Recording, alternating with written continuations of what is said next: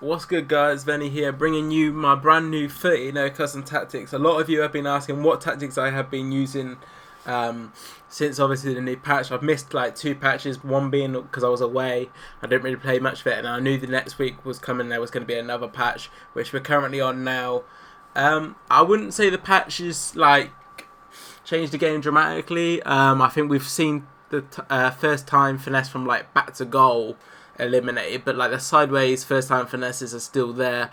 Just quickly show you the 30-0 achieved for this weekend. There you go, total 30 wins, total played 30 matches. I think we finished like 31st, so what do we get? We'll get 150k, one Ultimate Team of the Week pack, and 300Ks and 5 player picks, which is obviously the nice, especially as we got maybe a red Messi, a Messi Team of the Week coming up. This is my team, obviously pay to win. You know, that's what we do out here, pure pay to win. It wasn't Goretzka who started though, it was the Champions League Sanchez. I got rid of him straight away after I finished my games. I wasn't too much of a fan of him, but he didn't do too bad of a job. You know, we got the 30 with him, so it obviously wasn't too bad. So, unbalanced, it's just how it comes. We don't touch it at all. That's just to get everyone in chemistry right and whatnot. So the main one I sort of went with this weekend was this 4-2-3-1 with balanced defensive style, 5 width, 4 depth, very balanced. That's what my aim is now. I felt I was changing too much up with my custom tactics, and when I kept it like simple, that's when I found like I was playing my best. So we went 5 and 4, wanted to lower the depth because obviously the through ball, sometimes if you don't have your defense slightly deeper, that one through ball can kill you. Offensive style possession, this is because I want people short and I'll make the people run by myself by pressing L1 or R1, make them come close or come short. Just think it gives you a better way to like build up in your attack, because when you have balance, sometimes it goes a little bit too quick. I literally all weekend I was like flicking in between the two, but I'm 100% sure I prefer possession, mainly because of just where players are based. With balance, sometimes I don't know, like balance sometimes isn't the one. I think sometimes it goes too quick in the attack and you want the people to come short. So yeah, players in the box 4, like I said, I just want to keep everything simple. So we keep it at 5, or we go 1 up or 1 lower. I don't really want to change too much on my main tactics. We're going into the tactics for the team. Stay back on the right back and left back. Obviously the centre back stay back.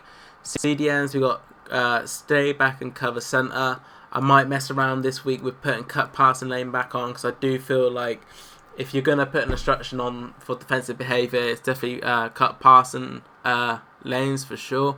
Goretzka obviously stay back, cover centre. The Lamb and the Ram as basic, just how they come, nothing on them. You can put get in the box for crosses if you've noticed that sometimes when you're breaking through and you want to get that pass across and not making that run you want, get in the box for crosses, and I'm sure you'll get a couple like sweats or crosses the back post in. Johan Cruyff on stay forward. This is like my centerpiece of my attack. He's the main guy who I try and go through. So when I got the ball, like obviously at the back, I try and give the ball to Cruyff. He's the middle guy, connects the midfield to the attack. Obviously that's what the cam does in real life. So yeah. Getting behind and stay forward on the striker. I've got stay forward on him because of this guy being stay forward as well. I just want him to basically be slightly ahead still.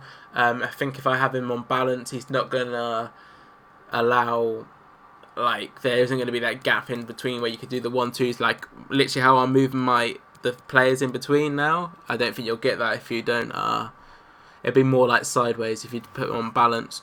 This is my plan B. If that 4-2-3-1 doesn't work, I go slightly more attacking with this. I wouldn't say, well, I don't know. It feels more attacking to me. I'm not too sure why. Might just be because of the way the instructions are gone. Basically, same tactics.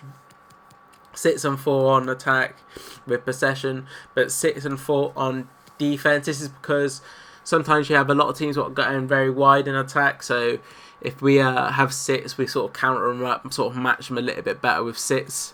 Basically, the custom tactics are near enough the same, apart from I've got balance on my right back and left back, and this is because then when I'm attacking, it's like I've got 2 at the back, and then like Goretzka, Vieira, Walker, and Sandro are like a bank of four, and then you've obviously got the attack. It's like how like Man City play, I guess. Like they try and get as many people forward as possible in their attack. So yeah, balance on right back and left back. I'm really enjoying this tactic. I'll score a bunch of goals with this one. I would probably start in this one, and then once I got like a 2-goal lead, I would change to the one what I showed first, just to sort of slow down everything and just take my time. Same instructions on the CDMs. The cams are all on balance this time instead of having to stay forward on the central cam. Strikers stay central, getting behind and stay forward. This is just because I wanted him to stay central, mainly because I find sometimes when you don't have stay central, the striker sort of wanders off, and when you're trying to build up attacks, you need that central striker, especially if you've got a big guy, which Ronaldo's which I use him for. I need him to stay central just to give me that option to feet. 4-2-2 is my plan B. This is one where I'm trying to be a bit more aggressive if I'm losing, or if I want to get some goals. Press after possession loss, 6 and 5. As I said, the theme is keeping it very basic, just either +1 or +1 or -1, or keep it the same on 5. 4 width, 5 play in the box. As you see with press after possession loss, you can see I'm trying to be a bit more aggressive. I'm trying to allow the team to be more aggressive in defence. With balance, I'm sort of trying to do it more myself. Instructions, as you might have seen with my 4-2-2s before, I'd basically try and keep it very standard. Balance on the right back and left back because I want them to join the attack. CDMs, stay back, cover centre on the CDMs. Cams, just basic, how they come. Stay central and getting behind on the strikers. As I said, this is just where I'm trying to push everyone forward and get some goals in.